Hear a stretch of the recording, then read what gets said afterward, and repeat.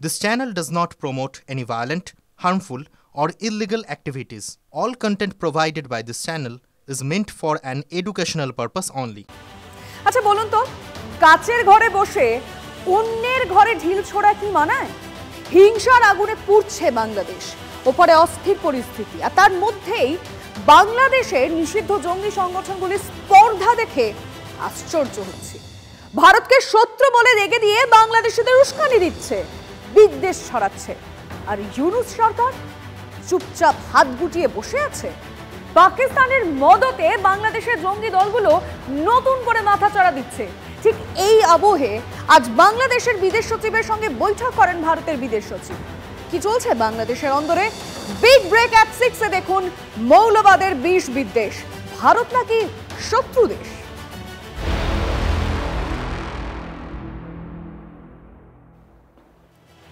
ওপার বাংলা থেকে হুমকি হুঁশিয়ারি শেষ নেই। রোজই কেউ না কেউ ভারতের বিরুদ্ধে বিষোদ্গার করছে।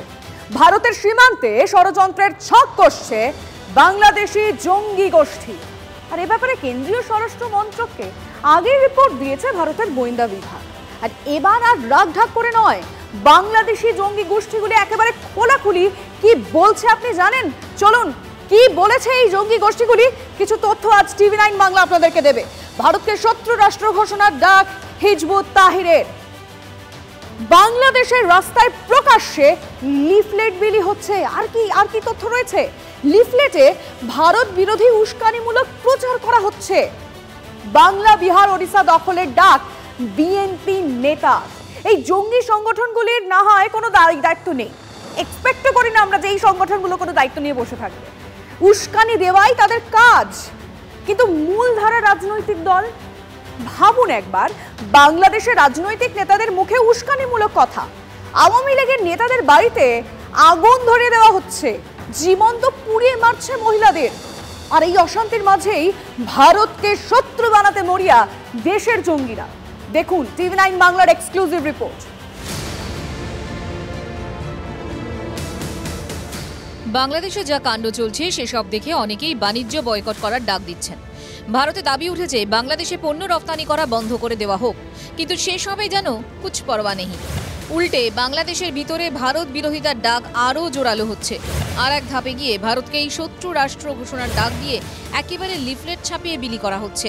TV9 বাংলার কাছে এক্সক্লুসিভ সেই লিফলেট। এই ষড়যন্ত্রের পাণ্ডা বাংলাদেশেরই এক নিষিদ্ধ জঙ্গি সংগঠন হিজবুত তাহরির।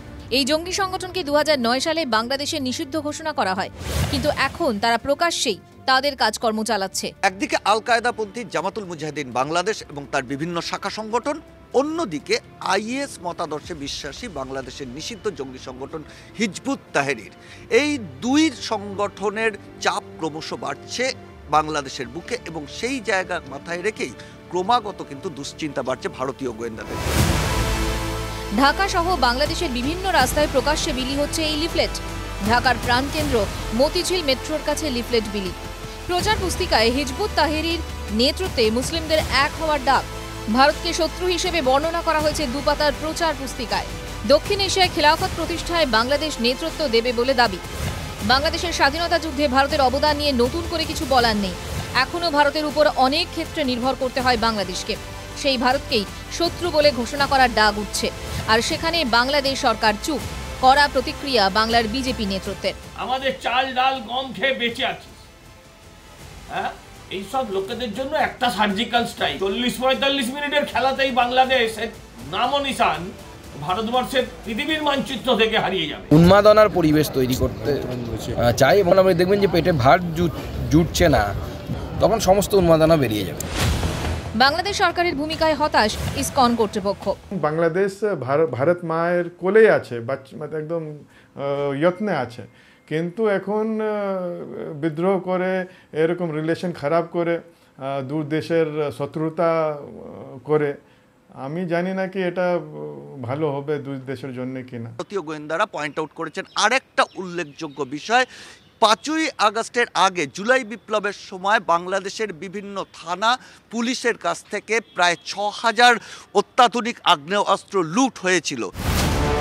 জুলাই বিপ্লবের সময় বাংলাদেশে ৫,৮১৮টি অত্যাধুনিক আগ্নেয়াস্ত্র ও ৬ লক্ষের বেশি বুলেট লুট হয়। সেই অস্ত্রের মধ্যে ১,৮৮৫টি অস্ত্র এখনও উদ্ধার হয়নি। ৩ লক্ষের বেশি বুলেট উদ্ধার করা যায়নি। এই অস্ত্রগুলির একটা বড় অংশ বাংলাদেশের বিভিন্ন জঙ্গি সংগঠনগুলির কাছে পৌঁছেছে বলে মনে করছেন ভারতীয় গোয়েন্দারা। তাদের আশঙ্কা সেই অস্ত্র বাংলাদেশের ভিতরেও সীমান্ত পেরিয়ে ভারতে নাশকতার ক্ষেত্রে ব্যবহার করা হতে পারে। যে এই দুই জঙ্গি সংগঠন বাংলাদেশে যেভাবে কার্যত প্রকাশ্যে তাদের কার্যকলাপ চালাচ্ছে এবং বাংলাদেশকে মুক্তাঞ্চলে পরিণত করেছে, সেই জায়গায় দাঁড়িয়ে ভারতের সীমান্তবর্তী এলাকায় সেখানেও কিন্তু আশঙ্কার মেঘ ঘনিয়ে আসছে এবং সেই জায়গায় দাঁড়িয়ে ইউনূস সরকার আদৌ কতটা এই মৌলবাদীদের রোখার ব্যাপারে তার সদিচ্ছা রয়েছে সেটা নিয়ে কিন্তু প্রশ্ন উঠছে। ক্যামেরায় সূর্যেন্দ্রের সঙ্গে সিজার, TV9 বাংলা। স্বাদ আর সাধ্যের মধ্যে চিরকালই কম বেশি ফারাক থাকে, কিন্তু বাংলাদেশিদের কাছে এই ফারাকটা অনেক অনেক বেশি। ভারতে না এলে যাদের চিকিৎসা হয় না, সেই বাংলাদেশিরা নাকি 4 দিনে কলকাতা দখল করবে। আরে দাঁড়ান দাঁড়ান, ভুল বললাম। বিএনপি নেতার স্বাদ কিন্তু আরো অনেক বেশি। তার স্বাদ কি জানেন? বাংলা, বিহার, ওড়িশা সব তার চাই। 82 সিক্কার চর কষিয়েছেন মুখ্যমন্ত্রী মমতা বন্দ্যোপাধ্যায়। তিনি বলে দিয়েছেন, আপনারা সব নিয়ে নেবেন, আর আমরা কি বসে বসে ললিপপ খাবো? দিনের মধ্যে আমরা কলকাতা দখল করে নেব। ভারত তো দূরের কথা, আমেরিকা আমাদের সাথে টিকবে না ইনশাআল্লাহ। আমরা কলকাতা, 7 সিস্টার, আগরতলা সবকিছু নিয়ে টান দেব। কার্টুন নেটওয়ার্ক দেখে বাচ্চারা যেভাবে খিলখিল করে হেসে ওঠে, সেভাবেই বাংলাদেশিদের কথা শুনে হাসছে ভারতীয়রা। কৌতুক নাটিকা বানিয়ে হাসানোর জন্য প্রতিবেশীদের ধন্যবাদও দিয়েছেন এপার বাংলার বাঙালিরা। কৌতুক নাটিকায় নতুন মুখ বিএনপি নেতা রুহুল কবির রিজভী।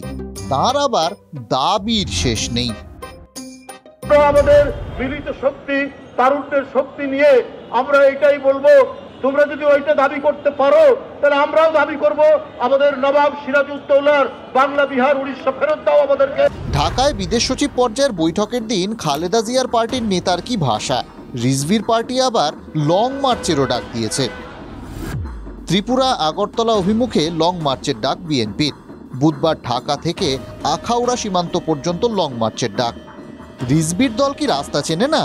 বাংলা, বিহার, ওড়িশা দখলের ডাক দিয়ে আগরতলার দিকে কেন? সোশ্যাল মিডিয়া মশকরায় ব্যস্ত। তখনই পশ্চিমবঙ্গের বিধানসভায় দাঁড়িয়ে চড়া সুরে বার্তা দিয়েছেন মুখ্যমন্ত্রী মমতা বন্দ্যোপাধ্যায়। বলেছেন, যদি কেউ বিচ্ছিন্ন করতে আসার চেষ্টা করে তাকে প্রতিরোধ করুন এবং সেক্ষেত্রে বাঁধ ভেঙে দিতে হবে। আর যারা কেউ কেউ বলছে বিহার দখল করব, উড়িষ্যা দখল করব, আমি বলি ভাই ভালো থাকবেন, সুস্থ থাকবেন, সুন্দর থাকবেন, কিন্তু এত বড় হিম্মত আপনাদের কেন কারো নেই যে বাংলা, বিহার, উড়িষ্যা সব নিয়ে নেবেন আর আমরা বসে বসে ললিপপ খাবো? এটা ভাববার কোনো কারণ নেই। ভোটের ময়দানে যতই শত্রুতা থাক, তৃণমূল, সিপিএম, বিজেপি, কংগ্রেস একসঙ্গে বাংলাদেশকে নিশানা করছে। তখন ওরা দখল বলতে বোঝে হয়তো ওই রাস্তাটা এসে ওই কস্তুরি বা প্রিন্সে কোনো খাবার দাবার খাবে। আমার কাছে খবর আছে ঢাকা থেকে 3 লক্ষ হাতে টানা রিক্সা রওনা দিয়েছে কলকাতা দখল করার জন্য। আরে ওদের আছেটা কি ভাই? আমি তো বলেছি আমাদের সিভিক ভলেন্টিয়াররাই যথেষ্ট আছে বাংলাদেশের মোকাবিলা করার জন্য। রাফেল রাখা আছে হাসিমারায়, শুধু আওয়াজ দিলে না ওখান থেকে। আমি কালকেও বলেছি, আবারও বলছি, ভদ্র ভাষায় বলছি, প্যান্টে বাথরুম হবে। কথায় বলে না, পিপিলিকার পাখা ওড়ে মরিবার তরে। বাংলাদেশের কি সেই অবস্থা? বাংলাদেশকে পাত্তা দিই না, বাংলাদেশকে যাচে উঠুক। আমাদের 2024-এ সেরা হাস্য কৌতুক হিসেবে আমরা দেখছি। আমাদের সেনাবাহিনীর সম্বন্ধে আইডিয়া আছে? Bureau report, TV9 Bangla.